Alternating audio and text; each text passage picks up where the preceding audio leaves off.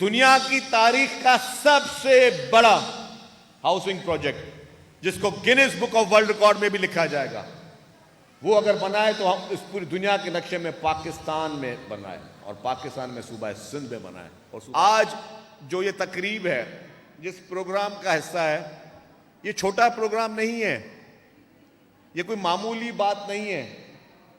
ये जरूर है कि ये हर तहसील लेवल पे इस तरह की तकरीबात हो रही हैं। सिंध भर में मुख्तलिफ, अभी भी हमने ये प्रोग्राम रखा है, एक सिर्फ एक सूबाई असम्बली के एक हल्के का प्रोग्राम रखा है, ये डिस्ट्रिक्ट का प्रोग्राम नहीं है। इस तरह मुख्तलिफ सूबाई असम्बली के हल्कों में प्रोग्राम हुए हैं। ये दुनिया की तारीख का सबसे बड़ा प्रोजेक्ट है, दुनिया की तारीख का। जब मैं ये बोल रहा हूं दुनिया की तारीख का, तो मुझे कोई भी चैलेंज कर सकता है, भाई ये क्या बोल रहा है, दुनिया की तारीख का सबसे बड़ा प्रोजेक्ट? जी, इस पूरी दुनिया में वाहिद मुल्क पाकिस्तान है।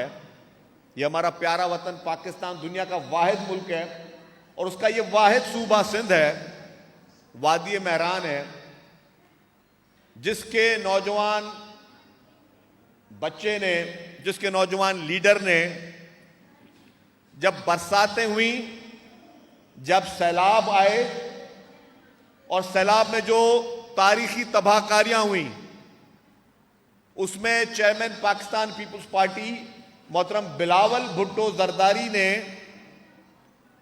वजीर आला सिंध सैयद मुराद अली शाह साहब को यह टास्क दिया कि हर जहां जहां मैं जा रहा हूं वहां मुझे तबाही नजर आ रही है, जिस गांव जा रहा हूं मुझे तबाही नजर आ रही है, जिस मोहल्ले जा रहा हूं मुझे तबाही नजर आ रही है, और हर जगह पानी और पानी है। लोगों के घर उजड़ गए, लोगों के घर तबाह हो गए। ये जो मेरी बहनें सामने बैठी हुई हैं, ये सब कैंपों में मुकीम थे, खैमों में मुकीम थे, या स्कूलों में मौजूद थे, या ये लोग सरकारी इमारतों में मुकीम थे कि इनके पास छत नहीं थी, इनकी जमीनें, इनके घर सारे डूब चुके थे। तब चेयरमैन बिलावल भुट्टो जरदारी साहब ने चीफ मिनिस्टर साहब से कहा कि मुराद अली शाह साहब, मुझे इनके लिए पक्के घर चाहिए। तो वजीर आला साहब ये खुद 2-4 दफा अपनी तकरीर में कह चुके हैं कि जब मुझे ये कहा गया चेयरमैन साहब की तरफ से, तो मैंने कहा कि चेयरमैन साहब ये तो बहुत मुश्किल काम लगता है कि इतने सारे घर हम बनाएंगे कैसे। तो फिर, और चीफ मिनिस्टर साहब ने कहा कि मैंने समझा कि सरासरी बस चेयरमैन साहब ने कह दिया है। फिर चीफ मिनिस्टर साहब ने कहा कि मुझे चेयरमैन बिलावल भुट्टो जरदारी साहब ने दूसरी मरतबा कहा, तीसरी मरतबा कहा कि मैं ये बात सिर्फ सरासरी नहीं कह रहा, मुझे इस सूबे के इन खवातीन, इन बच्चों, इन मर्दों, इनके बुजुर्गों के लिए पक्के मकानात चाहिए, और ये सरकार ने बना के देने हैं। उस वक्त फिर चीफ मिनिस्टर साहब ने अपनी लीडरशिप के उस अजीम विजन पे कोशिश की, वर्ल्ड बैंक से बात की, दूसरे इदारों से बात की कि जी हमें घर इनको बना के देने। और कैसे घर बने, ये नहीं कि जी अगर कोई मेरा वोटर है उसको घर बनाए, या कोई पीपुल्स पार्टी का सपोर्टर है उसका घर बनाए, नहीं। एक सर्वे हुआ इंडिपेंडेंट, और उस इंडिपेंडेंट सर्वे में हमारे पाक फौज के नुमाइंदे भी शामिल थे, फेडरल गवर्नमेंट के इदारे भी शामिल थे, सूबाई हुकूमत की पूरी मशीनरी शामिल थी।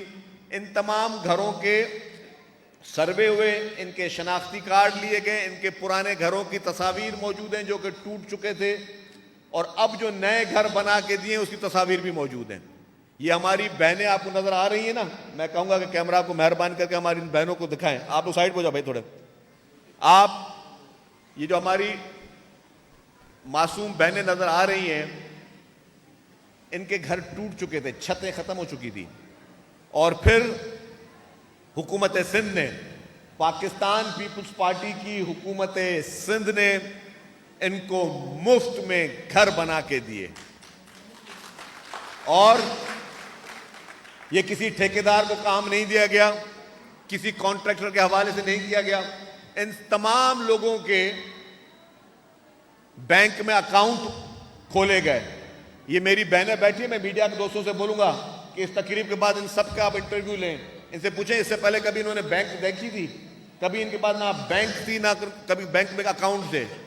अद्यु ताण पेरी मौजूद करे बैंक रिठी हो पेरी तो इनके बैंक अकाउंट खोले गए और उस पर डायरेक्ट ट्रांसफर किए गए पैसे कि पहले आप प्लिंथ डालेंगे तो आपको इतने पैसे मिलेंगे, फिर आप छत डालेंगे इतने पैसे लगेंगे, फिर आप फिनिशिंग करेंगे आपको इतने पैसे मिलेंगे। और सरकार ने इनको पैसे दिए। और ये प्रोजेक्ट जो है सिंध पीपुल्स हाउसिंग का जो प्रोजेक्ट है, ये सिंध का सबसे बड़ा प्रोजेक्ट नहीं है, ये पाकिस्तान का सबसे बड़ा प्रोजेक्ट नहीं है, ये एशिया का सबसे बड़ा प्रोजेक्ट नहीं है, ये दुनिया का सबसे बड़े में बड़ा प्रोजेक्ट है।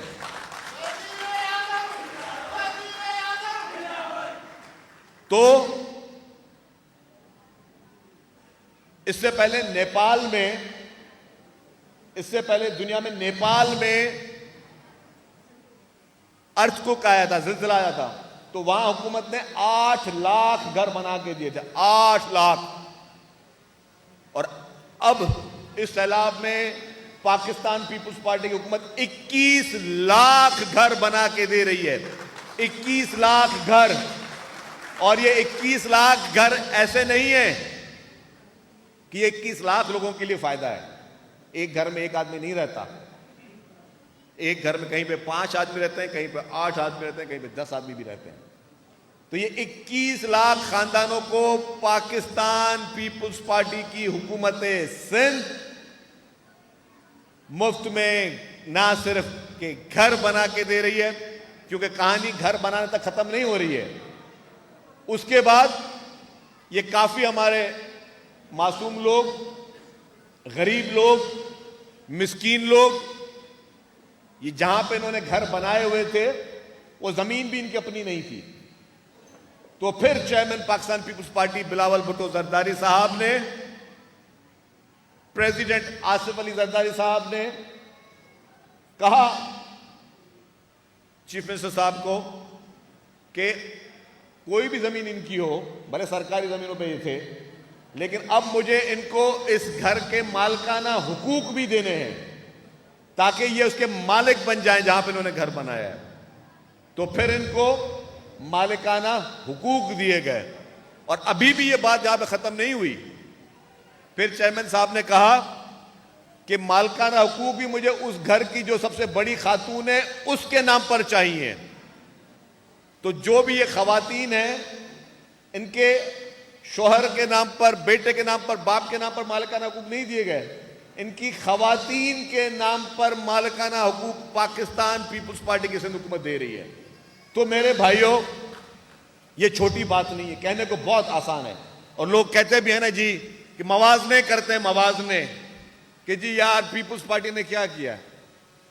अल्हम्दुलिल्लाह मैं ये कहता हूं, पहले भी अभी भी कह रहे हैं हम कि जो पाकिस्तान पीपुल्स पार्टी ने किया वो आज तक किसी ने नहीं किया। और हम तो कह रहे हैं जी कि हमारा मुकाबले के लिए कोई किसी को आना है, आए करे।